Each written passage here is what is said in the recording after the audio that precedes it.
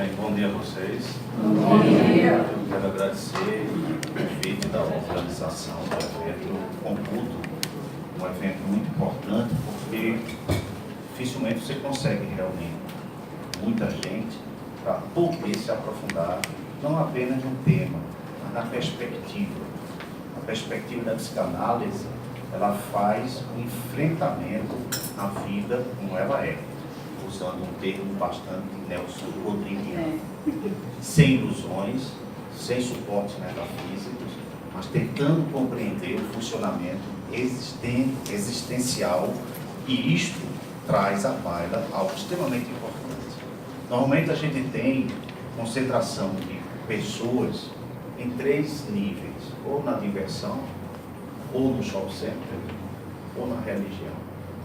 Todas as 3 dimensões, embora sejam importantes, elas não são tão, digamos assim, preparatórias para o indivíduo enfrentar a vida fática, ou seja, a vida na sua dimensão factual, sem explicações, sem justificativas, sem compensações, a vida realmente como ela se nos apresenta, como sendo a psicanálise.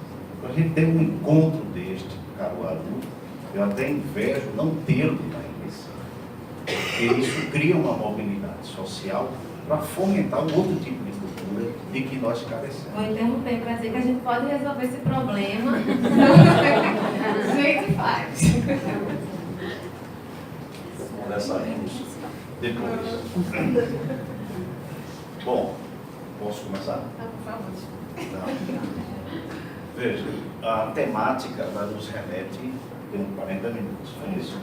A temática nos remete para algumas reflexões que eu vou tentar sintetizar, mas ela é fluida, portanto, multifatorial também, então vai sofrer, lógico, algumas amputações a minha reflexão sobre o tema, tá? Vou deixar bem claro, é um tema que não se esgota, até porque ele interage com outras dimensões, não apenas do sujeito, mas da sua relação com a cultura no nosso tempo. Para nós começarmos, eu tracei 3 dimensões também do ser humano, que é o prazer, o desejo e a virtude, que representam a maior produção de vitalidade. Percebe que a necessidade, que eu excluí propositadamente, ela também é impulsionadora de vitalidade, mas diferentemente dessas outras dimensões, ela está no âmbito instintivo, praticamente dentro de uma programação automatista. Essas 3 dimensões, prazer, virtude e desejo, estão na dimensão cognitiva, ganham uma representação. Portanto, o indivíduo pode fazer a escolha, a necessidade é imposta. Você tem a necessidade, a sede, mas você pode decidir como você vai aplacá-la, com um copo de Coca-Cola ou com um copo de água. Isso é o desejo, mas a necessidade ela é imposta. O desejo normalmente é uma configuração, volto a dizer, representacional, portanto atravessa a cognição, portanto atravessa a singularidade, portanto designa uma escolha. Então quando a gente parte para prazer e desejo, e aí me permito justamente o primeiro ponto que eu quero amarrar com vocês na compreensão do que eu chamei justamente isto da cultura do consumo. Houve uma graduação bem, digamos, sutil entre essa dimensão do desejo e do prazer pelo seguinte aspecto. O desejo, ele tem uma expressão, volto a dizer, cognitiva, mas se coloca na dimensão da falta. Ora, todos nós somos criaturas essencialmente faltosas. O que é essa falta? Aquilo que realmente origina a busca por um objeto perdido, aquilo que me escapa, aquilo que me fez perceber que eu não sou totalitário em mim mesmo, aquilo que me subdivide. O desejo fala justamente da minha própria fragmentação, denuncia a minha fragilidade. Portanto, ainda é, no caso, o desejo é revelatório da minha condição humana. Designa, a partir daí, o desejo, de certa maneira, um encontro com a falta. Mas o desejo ainda tem uma expressão em relação à falta como sendo o sujeito que procura cobrir algo que nele é perceptível como ausente. É um encontro com a falta. Ele não está num movimento meramente inconsciente, ele também não está num movimento totalmente consciente. Diferentemente da virtude, e aí eu vou me antecipar nesse aspecto, porque a virtude também é cognitiva, ela não é instintiva. E, por exemplo, instintivo é o medo. Todos nós nascemos com medo. A nossa herança filogenética e também ontogenética é o medo. Mas a coragem, que seria a sua antinomia, ela não é instintiva. A coragem nós não herdamos. Coragem nós aprendemos. Nós construímos coragem. E a coragem não é um antagônico ao medo. A coragem, ela surge no enfrentamento ao medo. Então, o que é virtude? Virtude é a aprendizagem que o indivíduo constrói na compreensão daquilo que constitui a sua natureza ontológica, ou seja, a sua constituição humana, aquilo que fala de mim. Ora, caindo agora para a questão do prazer, e aí eu quero amarrar, volto a dizer esse primeiro ponto, é que nós, hoje, movidos por uma ideologia, não existe somente o consumismo. O consumismo é o ato, a ideologia que está por trás do ato, ou seja, aquela que influencia o sujeito a dizer a ele o que ele deve consumir. É justamente o prazer. Então, a norma do prazer diferencia da norma do desejo por uma razão. A norma do prazer, como ela é estimulada na ideologia do consumo, implica no quê? Esqueça a sua falta, maximize o prazer em instância exponencial e sua falta será aplacada. Isso é um contradito ontológico, a principal amputação que uma ideologia de alto risco, anti-humana, e isso deflagra aquilo que muitos filósofos, ainda na época da Renascença, já denunciavam com Spinoza, o ressentimento do homem com a vida, porque a vida, ela é em si deflagradora que nós não somos onipotentes em nossos desejos. A vida, ela é uma organicidade cega e que não tem nenhum tipo de cuidado especial a nós. Qualquer pessoa aqui pode morrer a qualquer momento, sem necessariamente sabermos ou termos algum simples sinal detectável conscientemente. Então a vida, ela trabalha numa dimensão totalmente denunciadora de que nós somos submissos às leis naturais. A nossa ânsia de superação disto vem historicamente pela construção das religiões, que tentam compensar as nossas faltas existenciais, devolvendo tudo que nós perdemos na nossa mísera trajetória humana. Tudo é devolvido, tudo é compensado, portanto tudo é justificado. Isso é suspeito, pelo menos do ponto de vista, digamos assim, existencialista. E, por outro lado, a ciência, que ocupa esse espaço de trazer para o ser humano, na sua maximização volitiva, que significa a vontade humana pode superar tudo. Isto é um grande perigo também, por uma simples razão, porque nós temos hoje práticas que prometem tudo ao ser humano e que não deixam também de ter um viés metafísico. Não é porque uma ciência ela está baseada em núcleo duro que ela não possa ter um enviesamento metafísico, por exemplo, que promete solução para todas as coisas. Como que olhasse para a nossa natureza e a entendesse como corretiva. Ela precisa ser corrigida e muitas vezes ela precisa ser compreendida. Essa é uma questão relevante. Esse é o drama da ciência, que concorre para uma cultura da harmonização do sujeito em plenitude. Harmonize-se, adquire o conhecimento, conheça a si mesmo e você terá um caminho de sucesso. Será? Será que há aquelas pessoas que podemos dizer que se conhecem? Eu nunca vi, embora o preceito seja o mais vendido no mundo dos comércios e das filosofias, o conhece a ti mesmo, parece que não trouxe ninguém de especial para esse planeta. Eu não vi. Eu não vi ninguém realmente dizendo: aprendi uma essência que me estava pronta e definitiva que assim que ela foi adquirida, tipo o Santo Graal, que está na minha consciência, a partir disto eu me iluminei. Sou um sujeito novo. Será? Será que as meditações profundas te dão realmente uma mudança radical de ser? Ou será, diferentemente, a compreensão do ser humano que eu sou, e não aquele que eu idealizo ser, a fonte do conhecimento melhor? Então existem práticas que elas sempre estão se sustentando justamente naquele grito silencioso do socorro humano. Qual é o grito silencioso do socorro humano? Eu me apavoro comigo mesmo, que é a minha precariedade.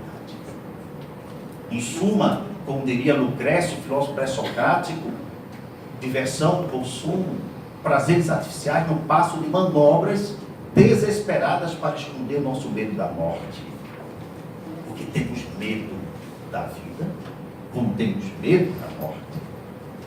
E essa é uma coisa interessante, por isso a nossa ânsia de produzir o quê? Uma felicidade cosmética que está baseada justamente na plataforma do prazer, que tenta escamotear a falta. Essa falta escamoteada que fala mais de mim do que aquilo que eu procuro resolver sobre esta falta. Lembre-se, a falta fala mais de mim do que aquilo que eu busco para poder resolvê-la. Então, muitas vezes, o meu problema fala mais de mim do que a busca da minha solução. Essa é uma questão interessante porque, na dimensão do desejo, nós não interrogamos mais o que nos inquieta. Nós apagamos o que nos inquieta. E o que nos inquieta fala mais de nós, é mais sólido. Não traz a forma eufórica como cultuamos a felicidade hoje, que ademais até lança uma pergunta provocativa. A busca por esse ideal de felicidade que nós cultuamos hoje, será que não vem tornando as pessoas mais infelizes? É um paradoxo. O ideal que aí, eu vou tentar ver se dá tempo, entrando até na questão do estatuto corporal, como corpo perfeito, saúde perfeita, isso é uma doença, isso é uma neurose obsessiva, absurda, que vem levando as pessoas, inclusive, a saírem de um registro psíquico que é fonte de autoconhecimento, que é a culpa. A culpa nem sempre necessariamente ela é bloqueadora emocional, ou, eu diria assim, uma espécie de uma moira, aquela senhora cega que designa o nosso destino de modo cego. Não. Então, a culpa ela passa de ser um registro de percepção do que eu devo algo a alguém. E aí uma coisa interessante, porque vem acabando cada vez mais com essa onipotência do privado sobre o público, a morte do outro na sobressaída de mim mesmo. O que significa isso? O que vale é cada vez mais eu me colocar no pedestal, porque eu apaguei a falta em mim, porque eu preciso maximizar o prazer como um modo de encontrar esse ideário de felicidade, e o sujeito vai justamente esquecendo, deixando de demarcar a sua singularidade, que é onde ele se encontra. E essa singularidade ela se encontra na falta que está em nós. E o que é essa falta? A nossa precariedade. Nós não temos essa competência toda, como se propaga aí, em termos de domínio das nossas próprias vidas. Não podemos dizer que o indivíduo que se prepare sempre para a vida, ele vai se imunizar dos sofrimentos humanos, ou que nada de errado vai acontecer contra ele. Não necessariamente isso garante isso. Então, um ponto importante aí é que a culpa ela vem migrando. E aí a culpa, como tem uma relação, devo algo a alguém, devo algo à lei, a Deus, ao Estado, aos meus pais, a culpa vem para a vergonha. A culpa é sintoma da neurose, mas existe uma relação ainda, mesmo que doentia, com o outro, com alguém fora dele. E a gente está saindo da culpa para a vergonha. A vergonha é um traço minêmico do narcisismo. A vergonha é um traço narcísico. A culpa é um traço neurótico. Mas o problema do traço narcísico é que não existe a mais ninguém que eu deva alguma coisa. Nem lei, nem Estado, nem paz, nem mais ninguém. Eu sou eu. Para o narciso, o mundo é o seu espelho.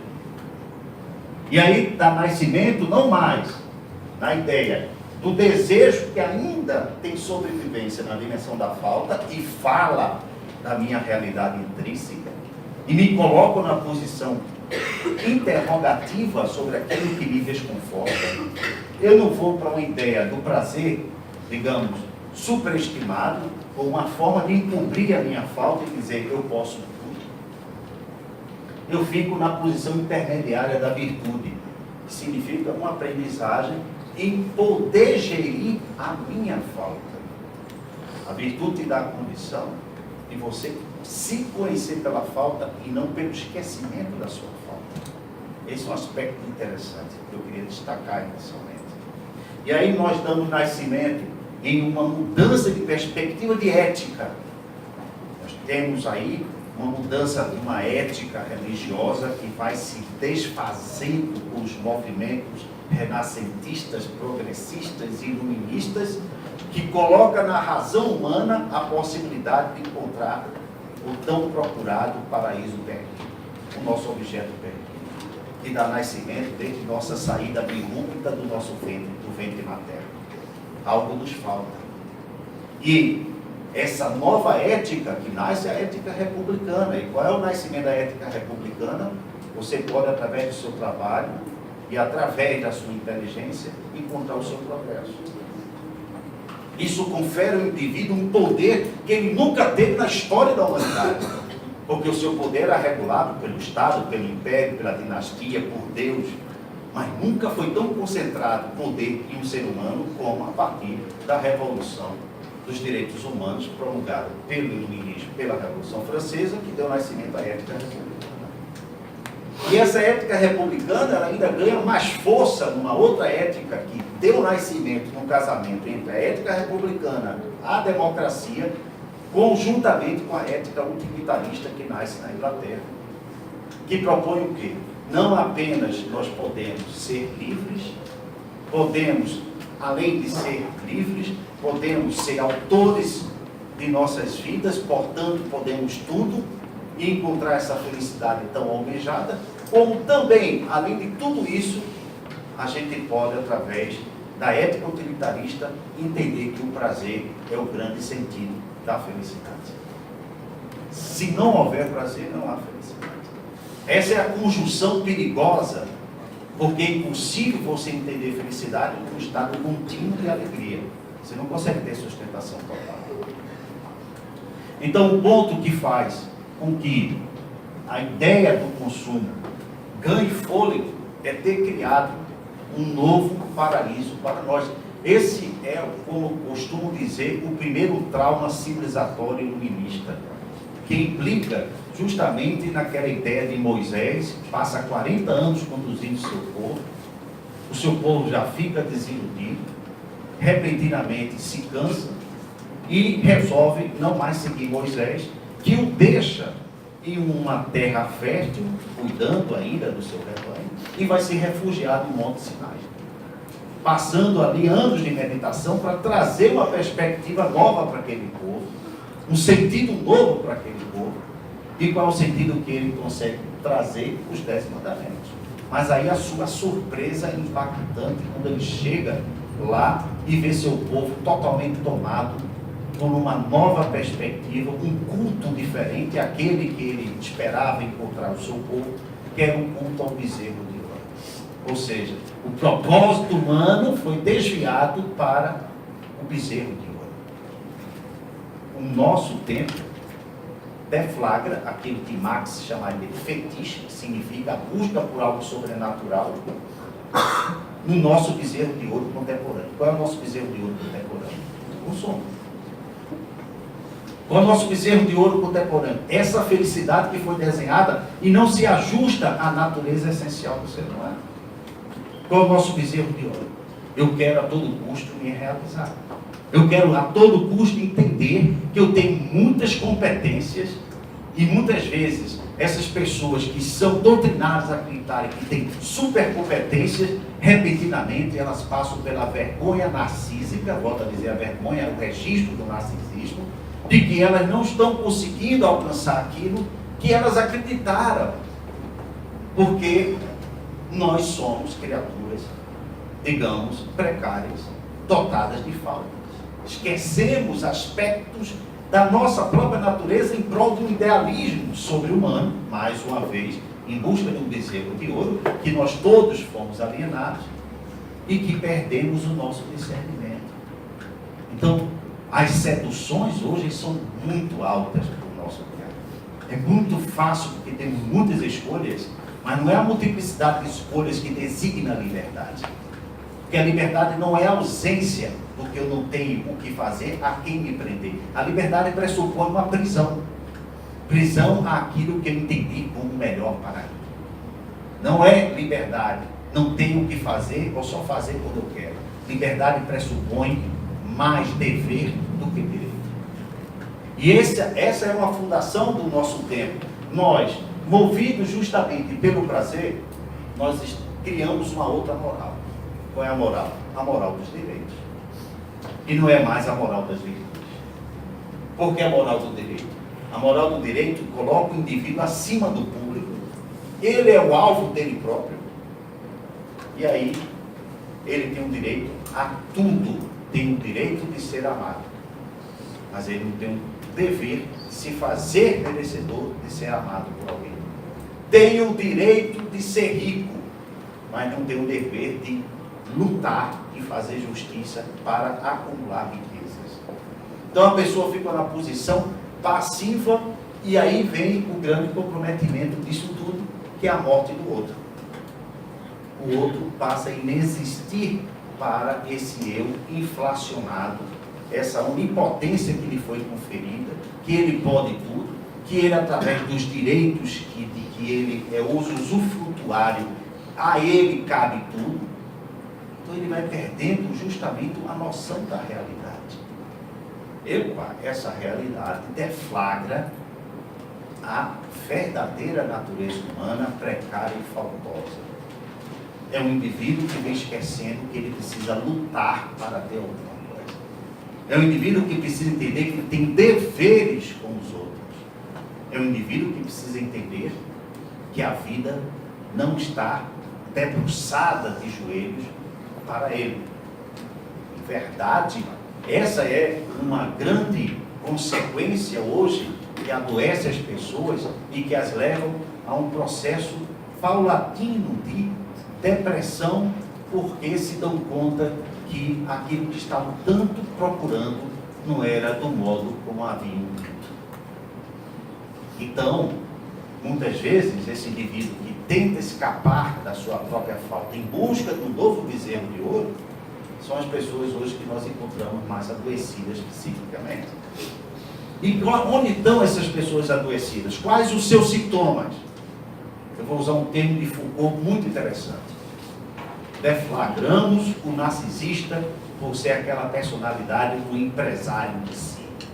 É aquele que tem a ânsia de todo custo de aparecer, que é aquele que o Guy Debord, na sua fantástica obra Sociedade do Espetáculo, também denuncia, que é o sujeito que não é mais naquela velha dialética conhecida ser ou ter, mas é ser, ter e aparecer. Que é uma nova instância agora que o indivíduo nem tem, porque a felicidade do Facebook é a mais cosmética, a mais enganosa que se tem, que a pessoa não é aquilo que ela se propõe a fazer, concorre porque o outro posta um prato de salada, ele tem que postar 2 pratos de salada para não ficar atrás, vive uma vida que não lhe pertence, cria uma ficção dele próprio e vai correndo atrás dessa nuvem de tânatos que se forma sobre a nossa cultura, que é a nuvem da morte. E o seu eros vai se enfraquecendo, se empalidecendo, porque o seu eros existe na sua falta e não na superação, no esquecimento da sua falta. Não no super-eu, mas no eu que ele é, onde está o registro da sua singularidade. Então, esse aspecto é bem interessante, e aí, para ilustrar, eu acho que eu tenho quanto tempo? 2 horas. Se quiser falar a parte depois, não fique à vontade. Estamos disponíveis. Eu vou voltar por vou voltar para o tempo real, 15 minutos, porque esse é o tempo que me deram. É o tempo idealizado. É o tempo da minha falta. Então, esse ponto que eu vou colocar é para ilustrar razoavelmente essa questão de que nós todos estamos sob este domínio, né? Que aí eu vou entrar na dimensão do corpo, né? Se eu estou falando justamente que houve uma mudança, distância psíquica da culpa para a vergonha, e a vergonha porque eu não consigo acompanhar o ritmo alucinante do ideário de felicidade, que é o nosso novo bezerro de ouro, que é uma proposta bastante sedutora, que faz com que nós esqueçamos a nossa própria falta, que é o nosso ressentimento brota de não aceitar a nossa falta, porque a vida não é como nós gostaríamos e idealizamos, e nós não queremos nos adequar nisso. A fórmula epicurista da felicidade seria expectativas menos realidade, né? Ou seja, mais realidade, menos expectativa. Nós temos uma sociedade eminentemente produtora de expectativas, né? E de menos realidade.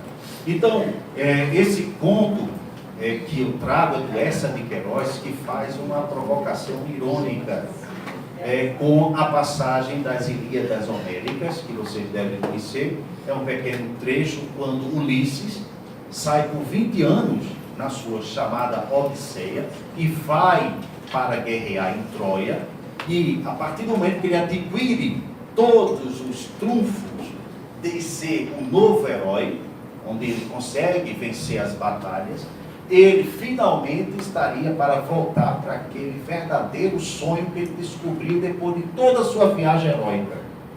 Para ele, nada mais, digamos, significativo que os braços da esposa que ele deixou lá em Ítaca, que era Penélope. Era isso somente que ele queria. Não adiantava aquelas glórias que são todas falaciosas. Não tem sustentação própria. A única coisa que tem sustentação na vida humana é o amor.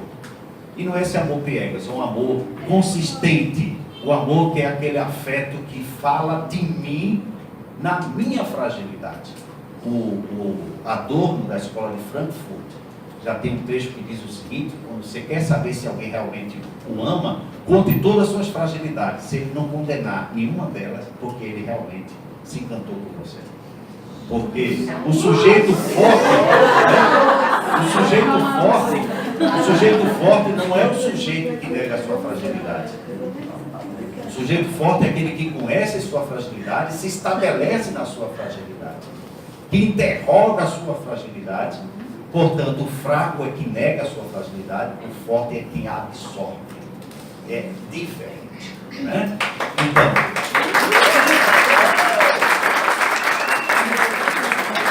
essa passagem de Essa de Queiroz, então faz uma provocação, volto a dizer, irônica, né? Então Ulisses estava lá, conseguiu todas as glórias, e vamos comparar essa glória a essa instância psíquica nova que está se formando, que é a instância narcísica, a instância da vergonha, quando não conseguiu realizar tudo aquilo que me é imposto como novo ideário de felicidade.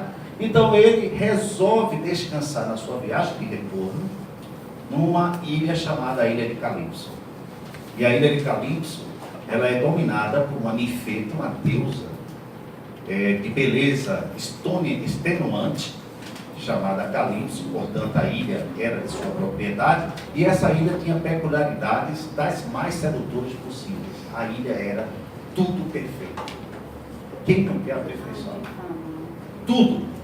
Os rios corriam com leite, as mulheres eram belíssimas, a arte era perfeita, o aconchego na ilha era maravilhoso. Tudo aquilo que Ulisses poderia entender: aqui está a minha mais profunda felicidade. Porque o adereço de felicidade para Calipso era a perfeição. Só que o tempo vai passando e Ulisses, que tinha esquecido Penélope diante daquela sedução de uma felicidade com tudo perfeito, começa a se sentir traído. E aí, um pequeno adendo, que eu me lembro do filme Além da Alma, do Freud, 1966, razoavelmente, quando o médico, que era o seu professor, o chamou e disse: Freud, na sua primeira inscrição de metapsicologia do inconsciente, e faz a seguinte provocação para Freud. Ele pega um balde com escorpiões dentro e coloca esses escorpiões sob a ação de um holofote. Os escorpiões se agitam e começam a sair em busca para ameaçar as pessoas que estavam ali próximas. E o médico estava fazendo a seguinte analogia: Freud, é isso que você está fazendo, mexendo no inconsciente das pessoas. Você está trazendo à baila os seus escorpiões. Não faça isso. Depois, quando esse professor ficou acamado, perto da morte, ele entendeu e chamou Freud novamente e disse: Freud, me desculpe, mexa nos escorpiões e faça aquilo que eu achei bem interessante. Traia a humanidade. Revele a elas as suas sombras. Porque a luz humana não é antagônica à sua sombra. É produto do conhecimento da sua sombra. É a absorção da sua sombra que nos traz o sol da vida. Então, nesse ponto, voltando para a questão de Ulisses, ele havia esquecido a sua sombra em detrimento daquela luminosidade da perfeição. E aí ele é traído pelos seus escorpiões, traído pela sua falta, porque algo em nós sempre vai dizer: não estamos totalmente satisfeitos. E aí ele lança uma palavra que rompe definitivamente com Calypso, super apaixonada por ele, quando ele diz: querida Deus, a essa estadia muito agradeço, mas não mais suporto, porque estou entediado com a perfeição. Interessante esse texto. Estou entediado com a perfeição. Permita-me voltar a conhecer o sofrimento, a escassez e a falta, porque é isto que eu descobri, que mexe, que mobiliza e dá sentido à vida humana. Quero voltar para a Penélope, a minha mulher imperfeita. Então,